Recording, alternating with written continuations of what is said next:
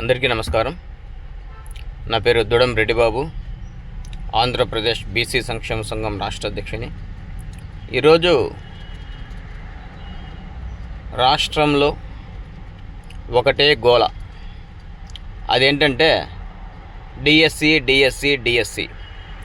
రాష్ట్రంలో ఉన్నటువంటి సమస్యలన్నిటిని వదిలేసి ఒక డిఎస్సి మీద ఎందుకు పడ్డారు? అక్కడ డిఎస్సిలో మీకు తప్పులు ఏం కనిపిస్తున్నాయి? మరి మీరు చేయలేని పని ఇతరులు చేశారని ఎందుకు అంత కుట్ర? అసలు డిఎస్సి అంటే ఫుల్ ఫామ్ తెలియని వాళ్ళు కూడా రోడ్లపైకి వచ్చి అరుస్తున్నారు. ఎందుకంటే మీ ఉనికిని చాటుకునేందుకు మాత్రమే ఉపయోగిస్తున్నారు తప్ప ప్రజా సంక్షేమం కోసం అయితే కాదు అనేది ఖచ్చితంగా చెప్పగలను. డిఎస్సి డిస్ట్రిక్ట్ సెలక్షన్ కమిటీ ఉపాధ్యాయుల నియామకం పరీక్ష రిక్రూట్మెంట్కు ఉపయోగించే పేరు. అయితే ఈ డిఎస్సి అనేది కూడా చాలా వరకు తెలియదు. 2019 నుంచి 2024 వరకు అధికారంలో ఉన్నారు కదా, మరి డిఎస్సి ఎందుకు రిలీజ్ చేయలేదు? మీరు ఎందుకు నోటిఫికేషన్లు వదలలేదు? మరి వదిలిన తర్వాత 2024లో కూటమి ప్రభుత్వం అధికారంలోకి వచ్చిన తర్వాత 6 నెలల్లో 2025లో డిఎస్సి నోటిఫికేషన్ రిలీజ్ చేసింది.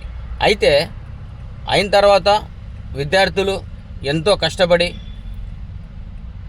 డిఎస్సికి ప్రిపేర్ అయిన వాళ్ళు ఉండి ఉండక తినక కోచింగ్లు తీసుకునే స్తోమత లేకున్నా కూడా ఎంతో కష్టపడి వాళ్ళు ఉపాధ్యాయ వృత్తిని ఎంచుకొని డిఎస్సిలో ఉత్తీర్ణత సాధించి ఉద్యోగాలు సంపాదించుకుంటే ఇప్పుడు మీరు 2026లో వచ్చి రిక్రూట్మెంట్లో లీక్ జరిగిందంటారా?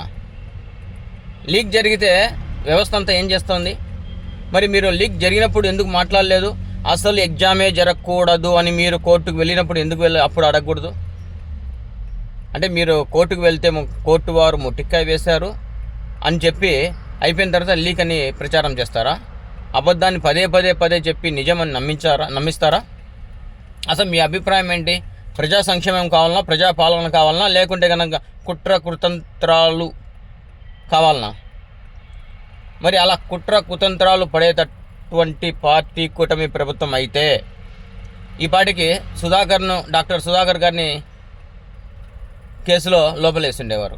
అనంతబాబు ఇంటికి డోర్ డెలివరీ చేశారు కదా చంపి డ్రైవర్ని, వారిని కూడా లోపలేసి ఉండేవారు. ఇంకా రకరకాల ప్రతి ఒక్కరిపైన 100 రకాల కేసులు, 100 రకాల అభియోగాలు ఉన్నాయి. మరి కక్ష సాధింపు చేయడం లేదే. కేవలం ప్రజాపాలన ముఖ్యం. ఈ ప్రజాపాలనలో కనీసం అంటే 10 వర్కులు చేస్తే ఒక 3-4 సక్సెస్ అవుతాయి, మిగతాటి ప్రాసెస్లో ఉంటాయి. మరి ఎందుకు మీరు ఇది గుర్తించలేకపోతున్నారు? మీరు 5 ఏళ్ల పాలన ఏం చేశారు? ఎవరికి చేశారు? ఒక నిరుద్యోగ భృతి ఇచ్చారా? నిరుద్యోగులకు ఉద్యోగాలు ఇచ్చారా? నిరుద్యోగులకు నోటిఫికేషన్లు ఏమైనా వదిలేరా? లేకుంటే ఉచిత విద్య అందించారా? లేకుంటే ఉచిత వైద్యం అందించారా? ఏం చేశారని మీరు మాట్లాడుతున్నారు డిఎస్సి పైన? అసలు డిఎస్సికి మీకు సంబంధం ఏంటి? డిఎస్సి రాసినటువంటి వాళ్ళు కానీ, ఫెయిల్ అయిన వాళ్ళు కానీ, డిఎస్సి పేపర్ లీక్ అయింది, మేమందరము నష్టపోయామని ఎవరన్నా ముందుకొచ్చారా? ఇది కేవలం కుట్ర చేస్తున్నారు కూటమి ప్రభుత్వం పైన. కనుక ఉపాధ్యాయులే కాదు, మిగతా ఉన్నటువంటి అన్ని గవర్నమెంట్ శాఖల్లో పనిచేస్తున్నటువంటి ఉద్యోగులందరూ కూడా ఏకతాటిపైకి రావాలి. ఇలాంటి తప్పుడు ప్రచారాన్ని తిప్పి కొట్టాల్సిన అవసరం ఉంది. అలాగే యువత కూడా మాకు ఉద్యోగాలు కావాలి అని ప్రశ్నించండి. మనకు ఉద్యోగాలు కావాలి, ఉపాధి కావాలి, ఉచిత విద్య కావాలి, ఉచిత వైద్యం కావాలి.